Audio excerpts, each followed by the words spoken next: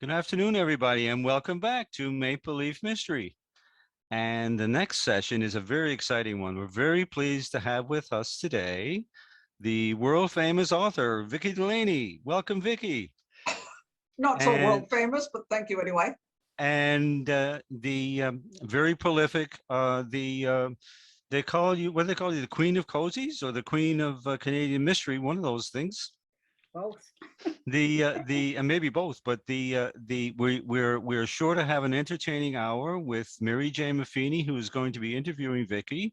And so the if you have questions, please put them in the Q&A so we make sure we see them. I'll pop in a little later with your questions. And now we're going to turn it over to Mary Jane and Vicki. Have fun. We're really looking forward to hearing from you today. Great. Thank you, Mike. That's great. Well, now it's my great pleasure to welcome everybody to this really special spotlight on a beautiful Saturday afternoon as part of this wonderful conference that people worked so hard to make happen. And I know everybody's having a great time at it. And of course, it's my pleasure to introduce the remarkable Vicki Delany. Vicki Delany is one of Canada's most prolific and varied crime writers and a national bestseller in the US. She's written more than 45 books, could be 46 by now. I printed this out this morning.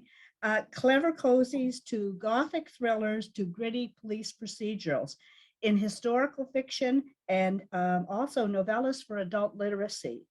She's currently writing, count them, 4 cozy series.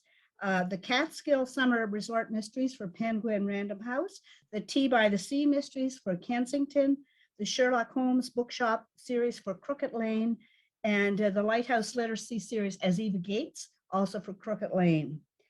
Vicki is a past president of the Crime Writers of Canada and co-founder and organizer of a remarkable mystery event in Canada, the Women Killing It Crime Writing Festival, which ran for a couple of years in Picton and was really spectacular. Her work has been nominated for the Derringer, the Bonnie Blythe, the Ontario Library Association Golden Oak, and the Arthur Ellis Awards. Vicki is the recipient of the 2019 Derek Murdoch Award for contributions to Canadian crime writing, and that was a very well-deserved award.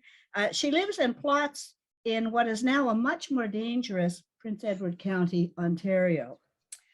So I had a visual where I printed out actually all of Vicki's books on about 10 pieces of paper. So it was just overwhelming, but now I can't find where it is. But you should just know that's actually pages of titles for Vicki, and I have read most of them. It will give you a sense of what's going on with Vicki Delany. Today, she's going to undergo an intense grilling and will also read from her forthcoming book, Death by Beach Read, and that'll be a treat for us and maybe a chance for her to relax. Oh, look at it, after her intense grilling. So welcome, Vicki. A lot of people are looking forward to learning more about you. And those of us who know you are looking forward to just hearing things about you and just listening to you talk. And this is just great. It's going to be fun. I have some questions. There'll be questions from me, answers from you, then a reading, and then a few more questions. I thought you'd read maybe in the middle. Then we'll let the audience in on the Q&A, and I believe that Mike Martin is going to come back and wrangle the questioners. So, Vicki, we've been friends for a long time, close to 25 years, I think. And I always used to introduce you as the, we're just kids, but it was 25 years, as the Energizer Bunny. But I'm rethinking that, and I'm thinking it doesn't really quite cover it. So I have a new theory that you, Vicki Delany, are actually triplets. And because no one person is able to do these 4 books a year. So while Vicki is here being interviewed, one of the other two, let's say Mickey or Nikki or even Ricky, is home churning out another book. She's tied in the basement, chained to the chair, and every once in a while I throw a piece of bread and a bottle of water down. That's right. It's also a bone. And and then you're out and you get all the fun and you get the awards. It's not fair, but it is what it is, and it explains a lot.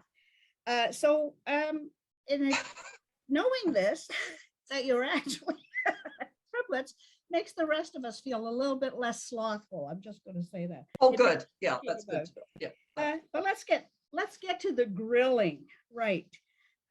You started with standalones and police procedurals, and I have read all of those books and really, really enjoyed them. And and there are other things that you wrote, including standalone historicals and also historical mysteries. And I know that your relationship with cozies has changed over the years. So what are your current thoughts about the value of cozy mysteries? Oh, the value of cozy mysteries. I thought that the best way to answer that is that certainly over the last 2 years, and particularly in the first year of the pandemic, so 2020, I started getting far more emails and comments on Facebook than I used to from people basically thanking me for writing my books and saying how much they'd enjoy them, particularly in these hard times. And a lot of sort of, if there's a theme to what people had to say, essentially it was that they were sick and tired of watching the news and they didn't want to read a really dark and heavy book. They didn't want to watch a dark and dreary TV show. They wanted to be able to escape to someplace where they could remember that essentially the world is still a nice place. And I think one of the things that cozy mysteries do is present the world as a fairly nice place that, of course, there are problems. Everybody has problems, and we'd have boring lives if we didn't. Some people's problems are greater than others. But in a cozy mystery, they're also resolved to your satisfaction at the end. And the nice world goes back to being a nice place. And I've always believed that, but it was particularly emphasized, particularly in that first year of the pandemic, where I really did get an excess. They're all welcome, but I mean more letters than I was used to, saying just what I've said right now. They were almost an escape from the world for a lot of people. Wow, that's fantastic. So there's like a medicinal element to them, and this is really great. Maybe they could be tax deductible too. Let's work on that. That's a thing for one of the big organizations. But that's great. I could hand books out at hospitals, to hand out, start them to hospitals to hand out to patients. What could I do? I bet they would do more than a lot of the procedures. I mean, I agree with you, and they certainly over the years have brought me a lot of joy, comfort, and relaxation. And I am one of your readers. And so here's a question from me thinking about your readers. What do you want or hope or plan for your book, any given book as you're writing it, to do for the reader? The only thing I'm trying to do in these books, and I get the feeling, Mary Jane, in your cozies, you sort of have the same aim, and that's to have fun. I have fun with it, and I want the reader to have fun with it. There are no deep as that's sort of what I've alluded to earlier. There are no deep psychological issues going to be dealt with. There's no intense family drama that's going to be, anybody's going to get over. The problems of the world are not going to be solved. But small, average people, living in maybe a small town somewhere or in a close-knit community, they can solve the problems of their community.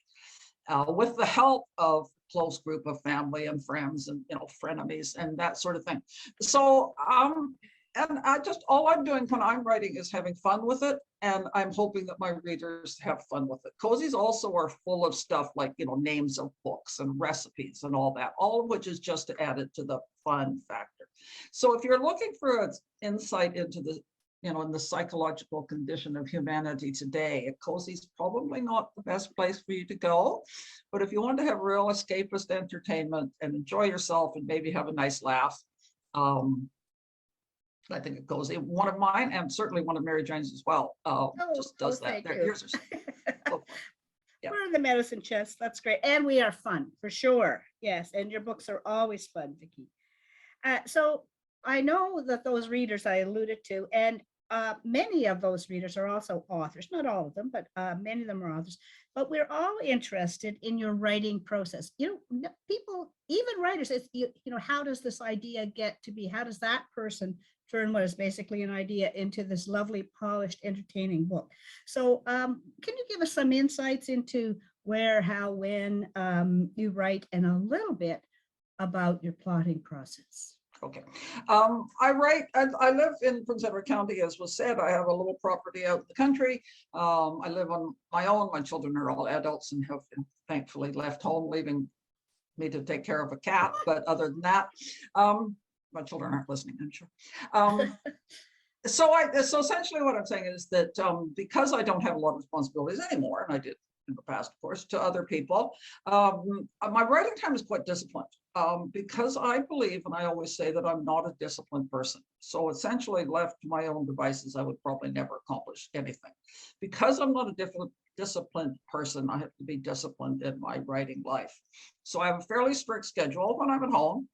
I write every morning, 7 days a week. Every day I'm home. Start usually about 9 o'clock, after reading the newspapers and getting all depressed and answering emails and sometimes getting less depressed.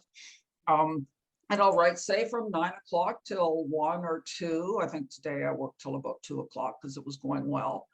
I'll stop and have a little bit of a breakfast after that. During that, right, I will break for a little bit of breakfast. That's it. I drink copious cups of coffee. I probably have 6 or maybe sometimes 7 cups of coffee a day, and I have no trouble sleeping. So just good to know. But the other thing that's sort of interesting about my writing is that I have a dedicated computer that I only write on. That's all I do. I don't even do answer emails. I don't do blog posts or anything like that from this computer, because the only thing that it's used for is writing books. And the reason for that is because it takes me away from all the distractions. I've never set up email. I've never set up Facebook or Twitter or anything like that. I have Dropbox because I want to save my work, so I have the internet. But that's just to stop that, the little fingers from opening Facebook, opening your email, and then, you fall down the rabbit hole, and an hour later, an hour has passed and you've accomplished nothing. I also usually stand up. I have a half wall between the kitchen and the dining room that's just the right height for my laptop to sit on, and I stand at that. I've been doing that for a number of years. And I started doing that, and I read an article about how sitting at a computer all day was so bad for you. And I found that it works for me physically, yes, but it also works for me mentally in a way, because there's something about standing up. When I get that moment's pause, you come to the end of the sentence, you can't quite think what the next one is. So I just sort of step away and go look out the window, circle the coffee table, and come back. Whereas if I was sitting at the desk, you're more inclined to open the Facebook, to open the email or something like that, and then again, you're down the rabbit hole. So that's kind of my daily routine. As for your question, I think is about whether I'm a plotter or a pantser, as we call it, and I'm kind of, I'm a little bit of both. It's kind of a combination. I started a brand new book yesterday, free fall. Totally free fall. I could tell you the idea in one sentence. This is what it's going to be about. And I just start to write it. And I'll write maybe the first 3 chapters, maybe even as much as up to the murder happens. And then I stop. And then I write the outlines. The reason for doing it that way is so I can spontaneously generate, sort of the guest characters, start with some of the the red herrings, is this person in a good marriage or a bad marriage? Does this person seem to have any enemies? That kind of stuff. And then I stop, and then I write my outline. And I tend to stick fairly closely to the outline after I've done it, because I find it gets over all that sort of writer's block kind of stuff. So I find the outline really difficult, and it's something I have to really force myself to do. But I take it more seriously now than I used to, because I find it makes the writing procedure a lot easier as I carry on. So right, lots of good ideas to steal from what you've said, Vicki. Stand up, and I like that hybrid approach too, because it leaves the wild creativity at the beginning, and then you harness it so that you don't end up with 2 endings or something. So that's great. That's fantastic. Well, I also love your varied and entertaining characters in all your books. So I'd like to know, if you were going to go on vacation with one of your characters, which one would it be? And if you were in trouble with the law, which one of your protagonists would you want on your side? Okay, it's probably the same for both, and that would be Gemma Doyle from the Sherlock Holmes Bookshop series. I'd certainly like to go on vacation with Gemma. Maybe not vacation. If I went to London, I would like to go to London. Yes. She's a Londoner. She's from London, and one of the earlier books in the Sherlock Holmes Bookshop series called "There's a Murder Afoot." The whole gang do go to London, And, you know, she's zipping in and out of the underground and out of Harrods, and she goes to the Victoria and Albert Museum and sneaks out the back door and that kind of stuff. So she knows London really well. So I definitely go to London with Gemma. I would also unquestionably want Gemma to be on my side if I was accused of a crime, because she is the Sherlock Holmes character in the Sherlock Holmes bookshop series. She owns of which I just happen to have one right here. This is the latest one, came out in January, a 3-book problem. She owns the Sherlock Holmes themed bookstore, but she's also the Sherlock Holmes character. She's in my interpretation of what Sherlock Holmes would be like if he was a modern young woman. So like anybody would probably want Sherlock Holmes on their side if they were innocent of the crime. And even if they were maybe not entirely innocent, but had a good excuse, they might want Sherlock Holmes on their side. So Gemma Doyle would do just fine for me. She can really figure out what's going on. Well, I'm not surprised you say I love Gemma Doyle. Now, I just finished a 3-book problem, and I also read not that long ago, There's a Murder Afoot, and loved both of those books. And that trip to London was fantastic. No airfare, it was great. But she's a remarkable character, and she is she's very like Sherlock Holmes in her analytical approach.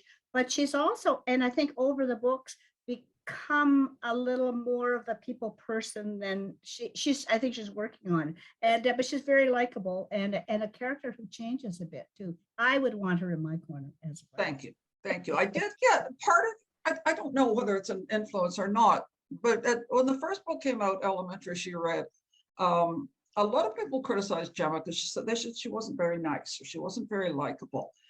And my feeling was that she's Sherlock Holmes. Sherlock Holmes is not, the way he talks to Dr. Watson is sometimes pretty, and poor old, you know, Inspector Lestrade, I mean, he's down out rude. He's rude to people he meets on the street or people who come to his consulting rooms.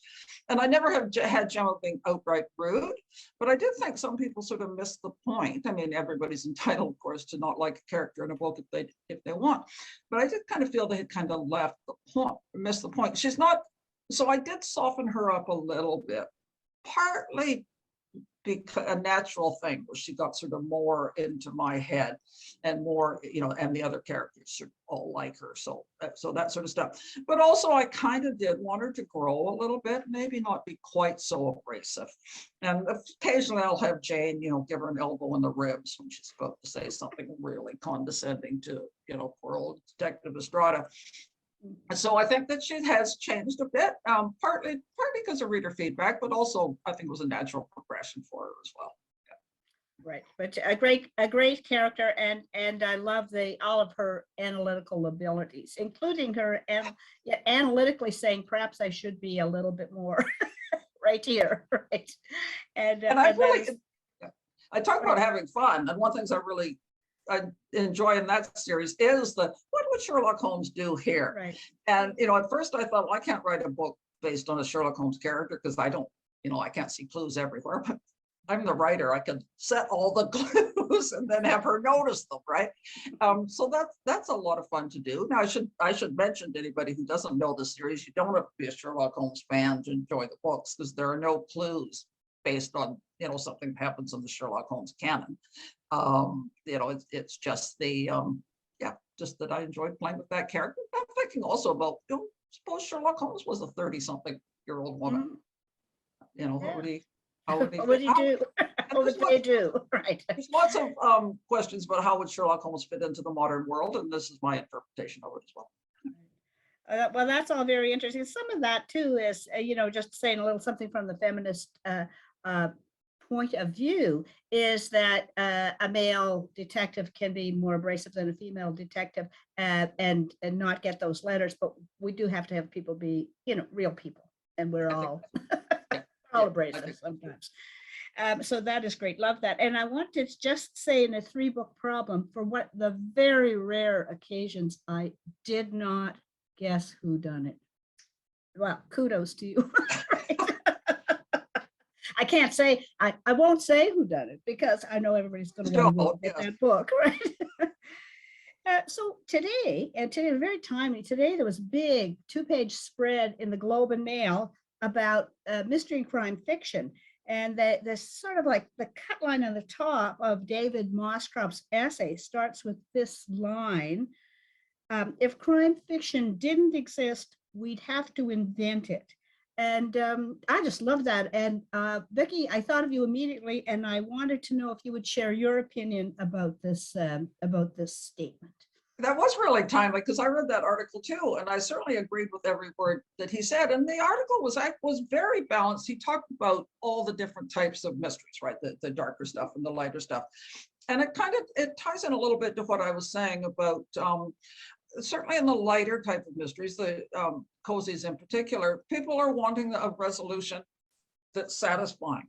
That good triumphs over evil, if you will. The world is returned to the way that it should be, and people are looking for that in these times. And crime fiction, on the other side, it presents a world of complexities, and there's a lot of things in this world that aren't settled satisfactorily. And sometimes the reader's looking for a book that's like that. They want a book that leaves things unresolved. Isn't the word, because books should always be resolved, but it may not be resolved to your satisfaction. And it may, be resolved, but that it's opening the door to more problems further on down the line. And I think because crime fiction in particular fills that entire spectrum, it is one of the things why it's so popular and why we enjoy it so much. Yes, he talks in the article about tension and resolution. That's what people are looking for. They're looking in their reading, they're looking for a tension and resolution. And he says in the article too, the resolution doesn't have to always be what you want it to be, but you need to know there's going to be a resolution of some sort, even if it's not a good one. Right. Anyway, it's just fantastically on topic for us today. We almost see him in his own little box on this screen. Thank you for that. You're great on your feet. I will say that. Now, I think we all want to know about your forthcoming book, June 7th. I believe there'll be a bouncing new book, Death by Beach Read, available for pre-order, by the way, in case that has slipped anybody's mind. Don't let it slip any further. But we'd love to have a taste of it. Will you tell us about Death by Beach Read and read a bit from it? Oh, happy to do that. You may notice this book is by Eva Gates. That is my pen name. I write all my books under my name, Vicki Delany, which is my real name, except the Lighthouse Library series, which is written by Eva Gates. And one thing I'll do, I'm holding this thing up, and we're talking a little bit about lighter mysteries versus darker mysteries. You can tell by this cover right away, right, what you're getting. And a good book, mystery or not, the cover should, and the title should basically tell you what you can expect. So this is obviously going to be a cozy. You have a cat, you have a book, you have the beautiful beach scene, and you have the clever little title. So there's no cat.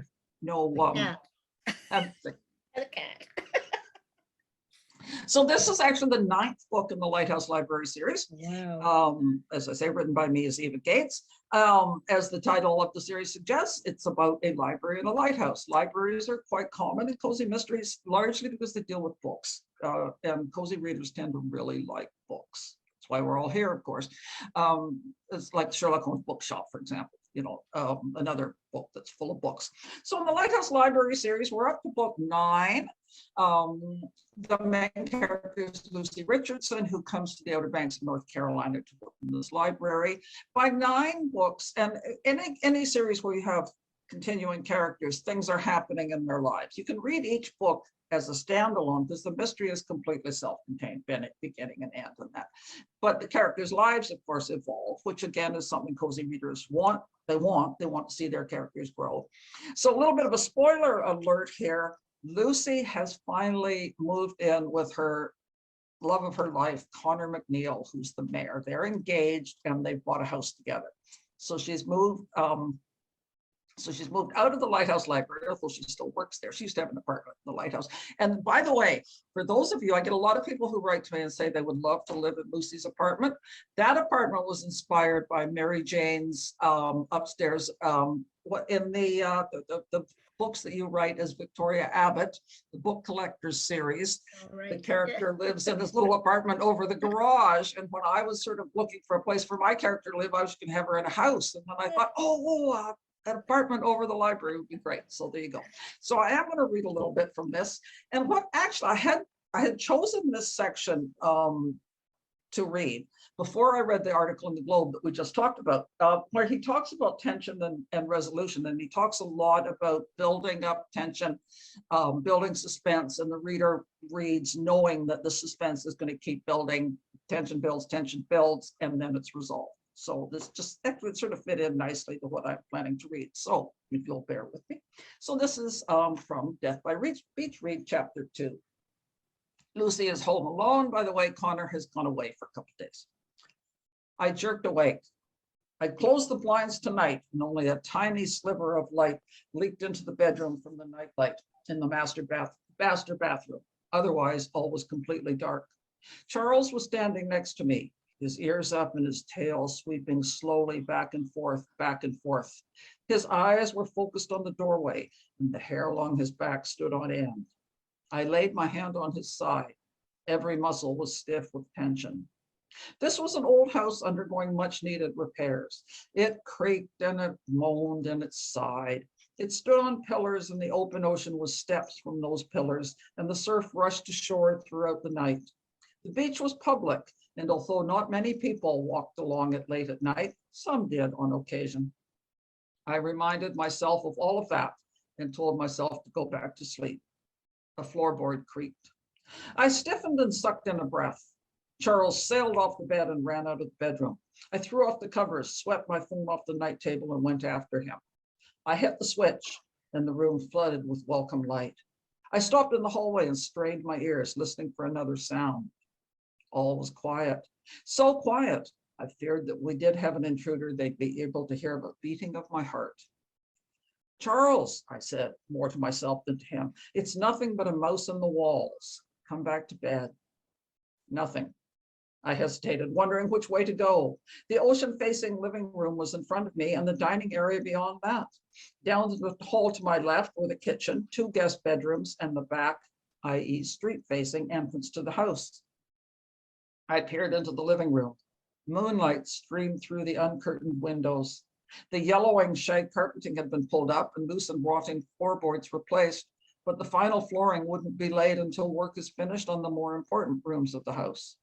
At the rear of the living room, adjoining the kitchen, a staircase leads to the upper level, where we plan to eventually put in a games room or den, and another bathroom and guest room. The staircase is guarded by a 6-foot-high block of wood, firmly attached by hinges to the wall. The upper level, Connor said, is not safe, and he wants to ensure no one goes up there. I crossed the living room in a few steps and shook the makeshift door. It held firm. A wall separates the living and dining areas. Connor plans to eventually remove the wall, opening up the space to the flow of light and conversation. The door was open, and I peeked into the dining room, where I'd happily envisioned laughing friends and family crowded around a huge wooden table, groaning under the weight of food and drink. This room was also empty. I turned back to the living room, preparing to have a quick check of the rest of the house and then go back to bed, when I saw Charles at the windows, caught in a beam of moonlight. I blinked and slowly came to realize that Charles was not in the living room. He was on the crumbling deck itself, on the far side of the sliding door, which meant the door was open. I ran across the room, heedless of the old wood creaking under my weight. The open gap between the door and the wall was not much wider than a cat's width. I pulled and pushed at the door as I called to the cat, but it wouldn't open any further. And I finally realized the rusty sliders were clogged with sand and debris. Charles, get in here. I clapped my hands and made summoning noises. Charles was not an outdoor cat. If he decided to do some nocturnal exploring, I worried he wouldn't be able to find his way home. Ignoring me, he leapt onto the railing and gazed out to sea. I sucked in my stomach and managed to edge myself sideways through the gap between the door and the wall. The wooden planks of the deck were soft with age and the effects of constant sea spray, which is why they needed to be replaced. Charles, I said, get in here. He didn't move. I held my breath as though that would make me weigh less, and cautiously took a step forward. The wood shifted beneath me, but nothing cracked apart, so I crossed rapidly and lightly as I could. I reached out, grabbed the cat, and hurried back inside. It was a tight fit getting us both through the door, but I finally managed. I wrenched the door shut and put Charles down. Don't do that again, I said in my sternest voice. He flicked his tail and strolled away. Silly cat. The words died in my throat. This room had no working lights. A tangle of wires ending in nothing hung from the ceiling where a chandelier had once held pride of place. Moonlight streamed through the open ocean-facing door and windows, illuminating dust mites swirling in the air, disturbed by my passing. The room had no furniture, and the floor was thick with accumulated sand and dust. I watched Charles leave a faint trail of paw prints behind him, next to the marks laid down by my own bare feet. I could see something else, something that had my heart leaping into my throat. Shoe prints, the indistinct outline of a pair of shoes crossing the room from the kitchen to the sliding door. Woo! I thought I heard a meow while you were reading too, by the way. I wasn't sure. You did hear a meow? That's fantastic, Vicki. Thank you. I'm glad I had that book pre-ordered. Thank you. June 7th is coming. That was great. Yep. I have a number of questions still, but I'm going to turn it over to Mike in a minute. But I have one more question to ask. Of course, it's a double question because I like to cheat. So my final question to you before we let everybody at you is, of all your books, do you have a favorite? And related to that, is there a series that you miss? Anyway, I'm just introducing to you to Gatillo. Hello, Gatillo. I'm looking after my daughter's cat. Very nice. Tuxedo cat. Yeah. And so much, I was busy picking him up, so I didn't hear the question. Is there a series that Is there a series that you miss? And do you have a favorite book among your pages of titles? Your own? Actually, I think if I had to say I have a favorite book, I think my favorite book of all the ones I've written is There's a Murder Afoot, which is one of the Gemma Doyle titles, where they go to London. Because I did go to London with one of my daughters, and sort of made notes and took pictures of houses on the street and the hotel we were staying at and all that sort of stuff. But I just like taking that character to London, and they go to a Sherlock Holmes convention. Of course, someone dies at the convention, and she sort of takes advantage of her knowledge of London, of which I have no more than the average tourist, to get around. So I just like that. And I guess I kind of like putting her into the English environment and sort of creating English police detectives based on books that I have read and that sort of stuff. But can I tell one really quick story before we go? And I think it's kind of important, sort of maybe some people in this audience will appreciate it. I shouldn't say before we open questions. And I want to say very quickly why I started writing cozies, whereas I used to I wrote 3 novels of standalone psychological suspense. I wrote 8 books in a police detective series.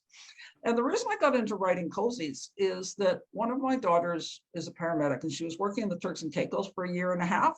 So she was very much a fish out of water in a nice environment and all that. And she's a city girl from Toronto. And I thought that would make a fun series. So I wrote an outline and a proposal for that series. And I gave it to my very good friend, Mary Jane Maffini, and asked if she would read it and if she liked it, if she'd show it to her agent. So she did give it to, she did. I did like it, yes. And she did send it on to her agent. And her agent wrote to me and said, thank you very much. I liked it, but I don't think I have a place. I don't think I could place it. So I thought, well, what, it's worth trying. And then when the agent got an offer from Penguin Random House, we're looking for an author to write the Lighthouse Library series. She remembered that she'd liked my work. And she then wrote to me and said, would I be interested in doing that? And it all went from there. So once I started writing that cozy series, I realized that I like doing that. But the point of this whole story and why I wanted to say it, to me, it's the best story I have of the value of networking.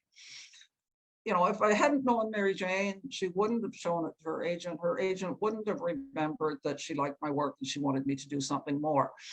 So kudos to Mike for putting together this conference. We're not all together, but at least we're communicating, in some way, because I really do believe, in certainly for authors, the power of networking, and for readers too. I mean, how do you learn about new books? By networking with writers groups, by networking with writers, by attending to this conference, and talking to your friends about books. So anyway, that's my ad for networking. That's great. And just back at you, Vicki, and I got to know you because you were interviewing Canadian mystery writers for a radio show that you were doing, and we all got to know you through that interview. So what goes around comes around, right? You made things happen, and those things led to other things happening. So that's great. So over to you, Mike. I think. Thank you, Vicki. It was so much fun teasing you a bit and hearing all the great stuff you have to say. That's great. Thank you. Lovely talk. But nice to remember our fun days of traveling to conferences. We will do that again. But this is a good. We will do that again for sure. And thank you, Vicki and Mary Jane. It's not over yet, but we have some questions from the audience. And but I have a question. I love, Vicki, I love your Sherlock Holmes stories. And I guess my question is, why is Sherlock Holmes still so popular after all these years? And that's a really good question to which nobody really has an answer. One of the things might be that there were a lot of stories. There are 60 stories and books, so 56 short stories and 4 novels. I recently, in fact, for the Lighthouse Library series, the Classic Novel Reading Club is always reading a classic novel, which is interwoven very loosely in the plot of the book. For next year's book, they're reading a couple of short stories by Edgar Allan Poe. And I read Murders in the Rue Morgue, which is Auguste Dupont, I think is the character, who's very much like Sherlock Holmes, very much, a real prototype. And it made me think, and I even incorporated in the book, that he's only ever appeared once in one short story. If Poe had written a lot more about Auguste Dupont, would there be Auguste Dupont societies and Sherlock Holmes would be some forgotten figure? I don't know. In that, but I think people are certainly captivated by his intellect. We all kind of think maybe I could do that, or we're amazed at how does he do that. I think in a way we're all kind of Dr. Watson. I think one of the real reasons for the success of Sherlock Holmes actually is the character of Dr. Watson. Absolutely. Ever confused, always loyal. Absolutely. I certainly see myself as Watson, not as Sherlock Holmes. And the Victorian, even the books that are translated to modern times, the Victorian setting still has a strong appeal. You know, those fog-shrouded cobbled streets and all that sort of stuff. Yeah. Mm-hmm. So let me shift gears, and I'm glad. Thank you for that answer. We could talk about Sherlock Holmes all afternoon. Wendy Tippin has a question. Would you ever hope to have any of your book series turned into movies like the Aurora Tea Garden movies on Hallmark? Would you ever hope? Yeah, of course, everybody hopes. I actually did have my Molly Smith series, which is my police detective series set in British Columbia, was optioned for TV at one time by a Canadian TV production company that is quite well known. I won't mention the name because it ended. Many are optioned, few are chosen, but it was nice to be asked. It was optioned. One of my standalone novels, one that is set in Prince Edward County, which is called More Than Sorrow, was also optioned by a smaller production company, and that option died. That option died too. Yeah, I mean, it would be great. There's lots of Hallmark movies, so if anybody has any contacts with Hallmark, send them my way. Yeah, super. So next question, how do you manage to keep everything straight when you're writing multiple series? Okay, and that's because I essentially don't write multiple series. I write one at a time. I'm very, very strict about writing one book from beginning to end. I might get edits from the most recent book. The editor will send me edits, so I will stop writing the new one and do all the edits, and then when I finish that, go back. And I do that for just that reason, because it's what I have to do to keep them straight. The books are similar in style, but they're not identical. And the characters, the main character in particular, they are not the same. They vary between Lucy in the Lighthouse Library series, who I see as still being quite sweet and innocent, and Gemma Doyle, who is, rather brusque and Sherlock Holmesy. So they have their own personalities. And I think if I was trying to write them at the same time, I think I would get them mixed in my own mind. Not a good thing. So it's kind of like eating an elephant, one bite at a time. One bite. So the shifting gears again, this is a question from Nancy James. Is Molly Smith based on anyone you know? She seems very real. No, Molly's not, but the town she lives in is. The town of Trafalgar, British Columbia, is Nelson, British Columbia, which I've often said is perhaps my favorite place on earth. I love Nelson. So So Trafalgar is Nelson in that it's a very, you know, hippie town, neo hippies they're called, that sort of wilderness lifestyle. So the people that populate the Molly Smith books are very much based on the not on individuals, but on the people of Nelson as I know it. I still go to Nelson quite a lot because one of my daughters lives there. She's lived there for 20 years now, so I can still go. The police, I met the police in Nelson. I've had, when I was writing those books, I had quite a good relationship with them. So I wouldn't say the police officers are based on the cops that I met, but inspired by perhaps. Good. But only Another herself. person asks about the Lighthouse series, and so do you have a particular fascination with lighthouses? Do you have a connection? I don't have a connection. And the interesting thing about the Lighthouse Library series is that's my first cozy series, and that's actually a work for hire. I'll explain really briefly what that is. In a work for hire, the publisher approaches an author to pursue an idea that the publisher has already had. So it's not an original idea of the author. The proposal the publisher has can be nothing more than a page, which it was in my case. And from then on, the books have all been totally my own. I'd never been to the Outer Banks before I started this series. I didn't have any interest in lighthouses. I lived in Ontario. But I've been grown to actually become really interested in lighthouses. And what I like about lighthouses is, to me, they're almost a symbol of civilization. You build a lighthouse not necessarily to help people that you know, but to help people that you'll probably never meet, the sailors going by at sea, lost in a tempest, in the storm, in the days before electricity, and they see this light shining in the distance and they know not to come near. You know, and also there's a nostalgia element there because lighthouses have largely are unnecessary now because, of course, of modern communications. But there are still plenty of fishing people in the world that are out on little tiny little boats and, you know, need light to guide them to shore. So I do. To me, it speaks of civilization. It speaks about caring what happens to people, and I really, really like that about them. Yeah. So I'm now fascinated by them. That is so great. Thank you so much. Just a couple of more, and I'm going to turn it back to Mary Jane. Wendy also asked, why did you choose to write under another name like Eva Gates? And that's because that series is a work for hire. So in fact, because the Penguin Random House was the original publisher of that series, and they own the copyright because they came up with the idea. So they would also own the copyright of the author's name. And the best example for work for hire is Nancy Drew by Carolyn Keene and the Hardy Boys by Franklin W. Dixon. There have been 100 Carolyn Keenes and, you know, probably 200 Franklin W. Dixon. They keep using the same name because the publisher owns the copyright. What actually happened in my case is that when Penguin discontinued the series, they did give me the copyright, which is pretty unusual for them to do, actually. So I could have started writing that series under my own name when I went with Crooked Lane to it, but that would just be too confusing. So we kept Eva Gates. Yeah. Perfect. So one last question. So are you looking forward to in-person conferences, or do you like the Zoom format?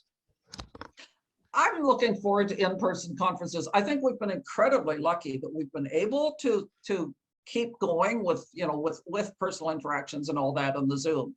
You know, if this had happened even 10 years ago, we would have been, remember Skype? Hello, can you hear me?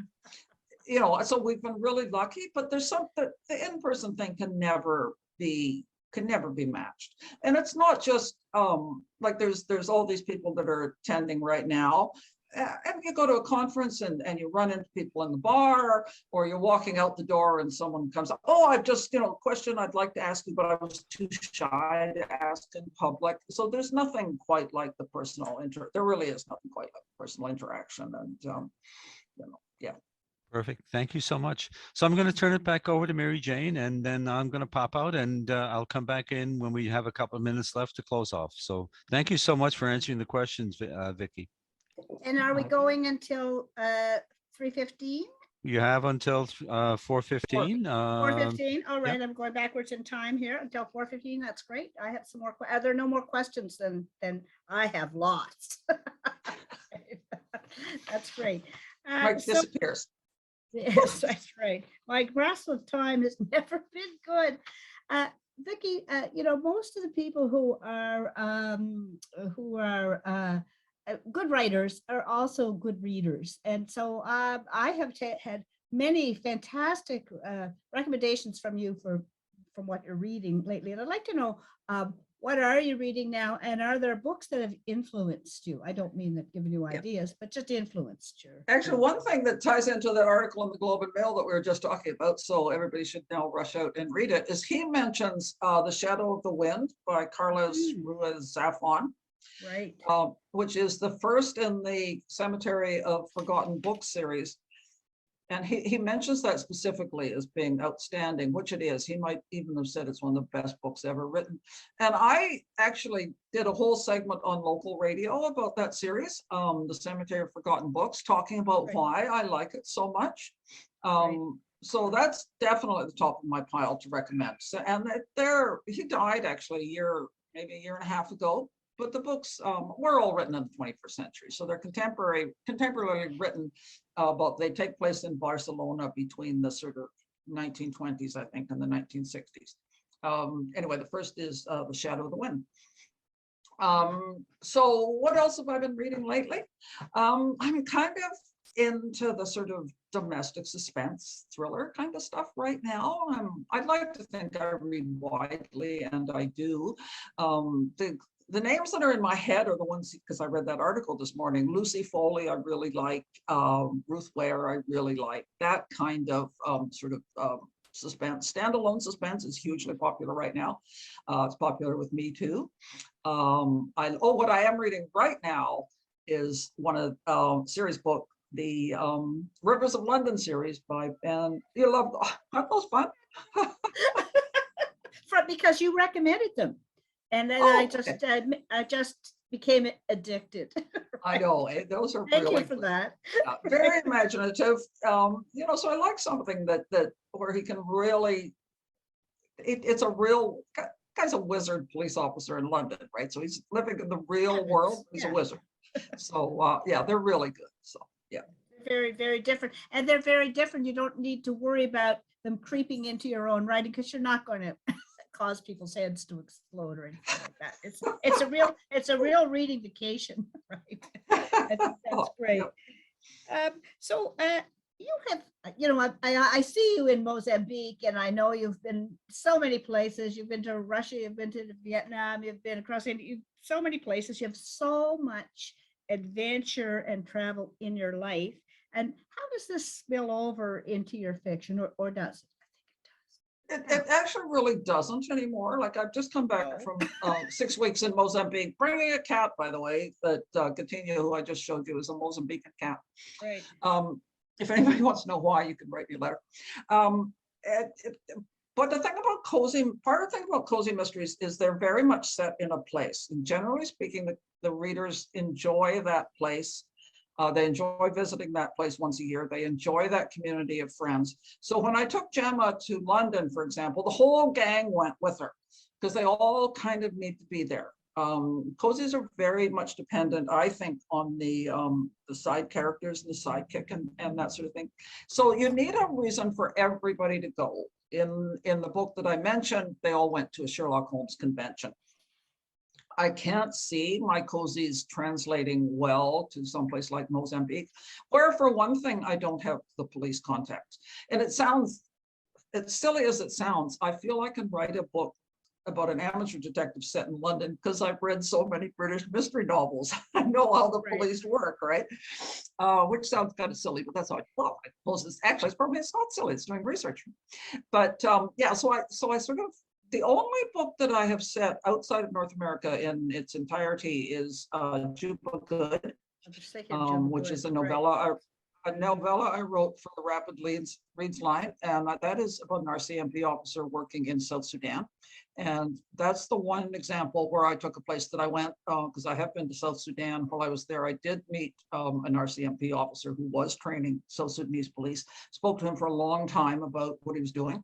But that also, Juba Good is maybe the darkest of all my books. It's a lot darker even than my psychological suspense in its themes.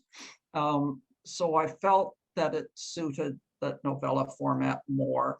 Not that a book set anywhere in Africa has to be dark at all. You could write a wonderful cozy on some of the beaches in Mozambique I've been to. You could write a pretty nice cozy set there.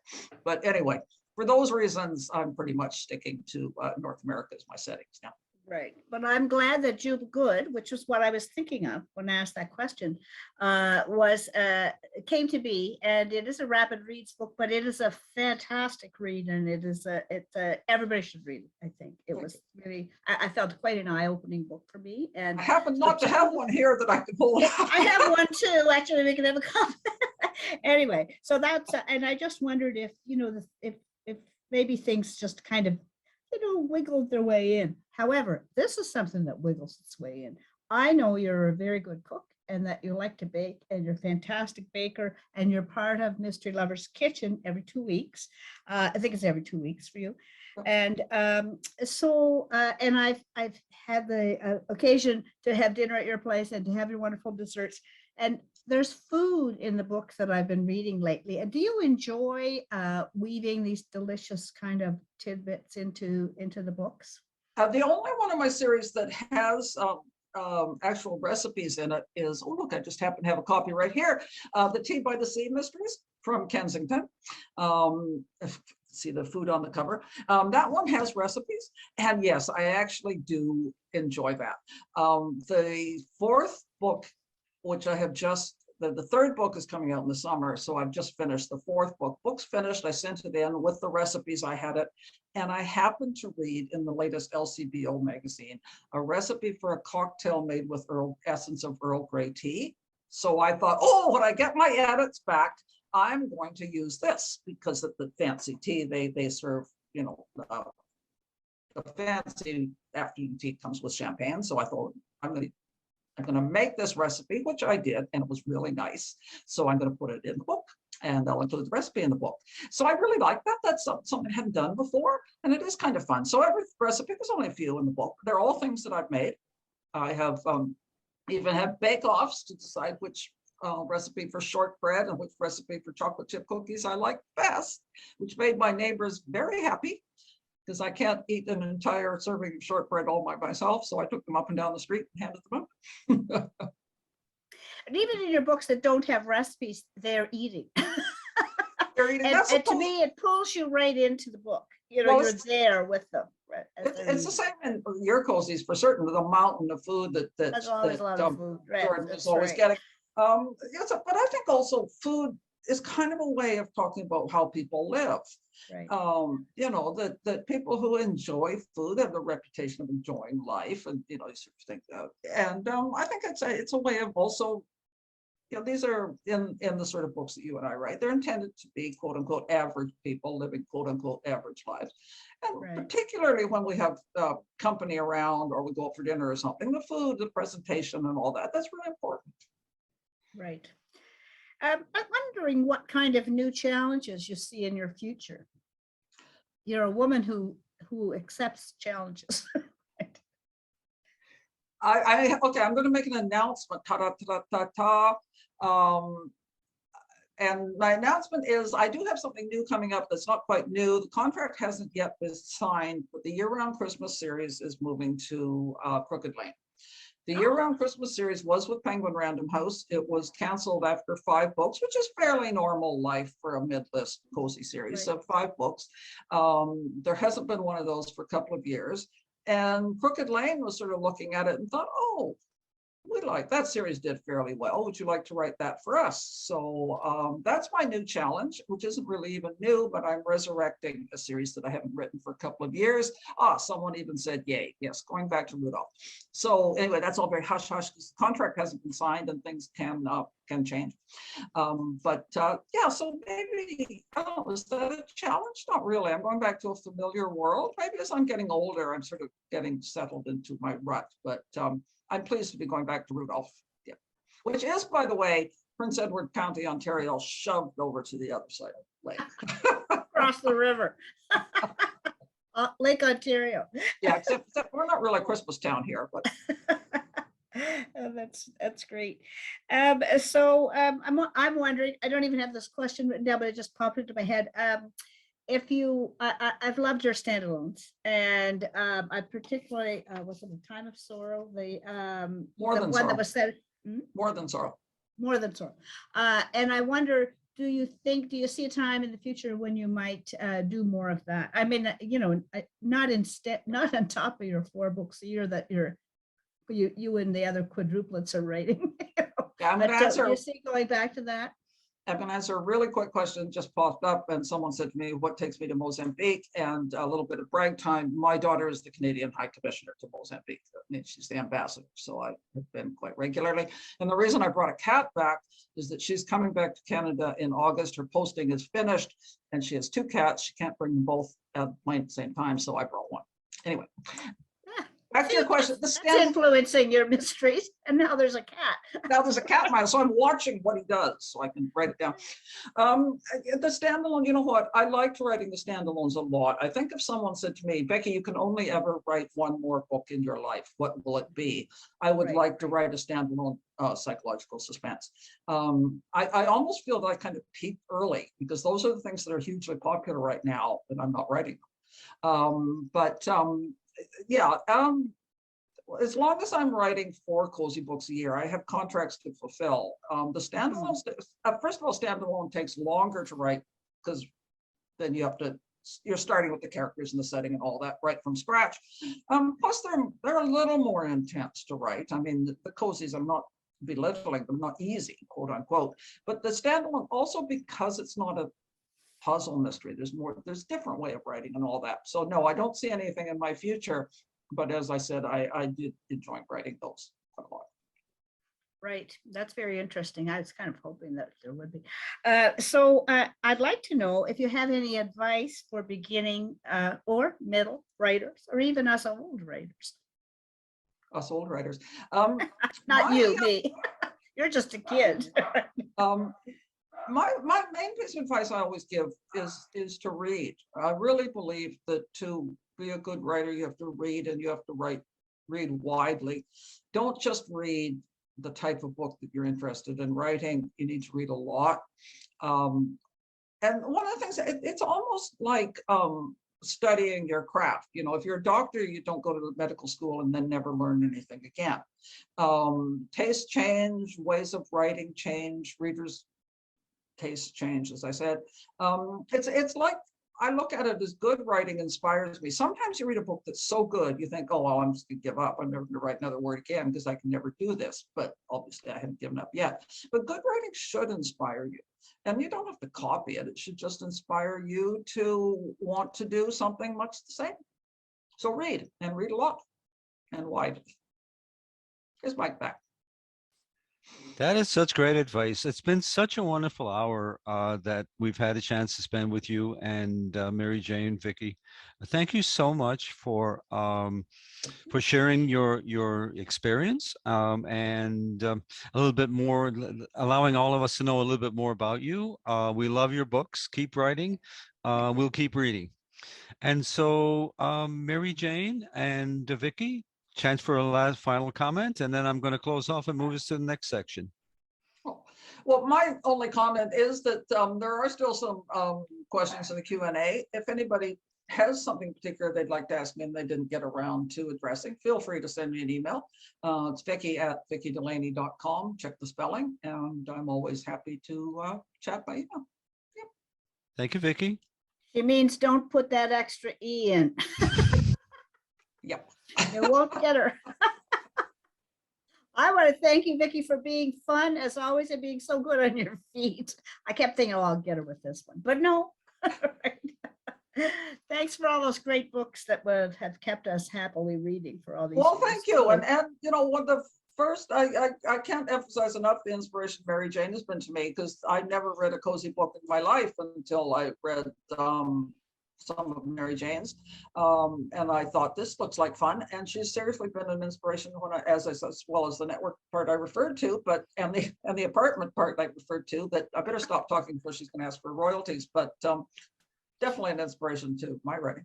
Thank you. Thanks. Before we get kicked off, I just want to say that apartment in the Victoria Abbott mystery, the book collector mystery, was modeled on an apartment that I saw on top of a historic library in Ohio. And so, and so it goes around. Thank you both so much for today. you. And I hope that the audience enjoyed it. Lots of nice comments there Thank you. for both of you. Thank you for a great hour.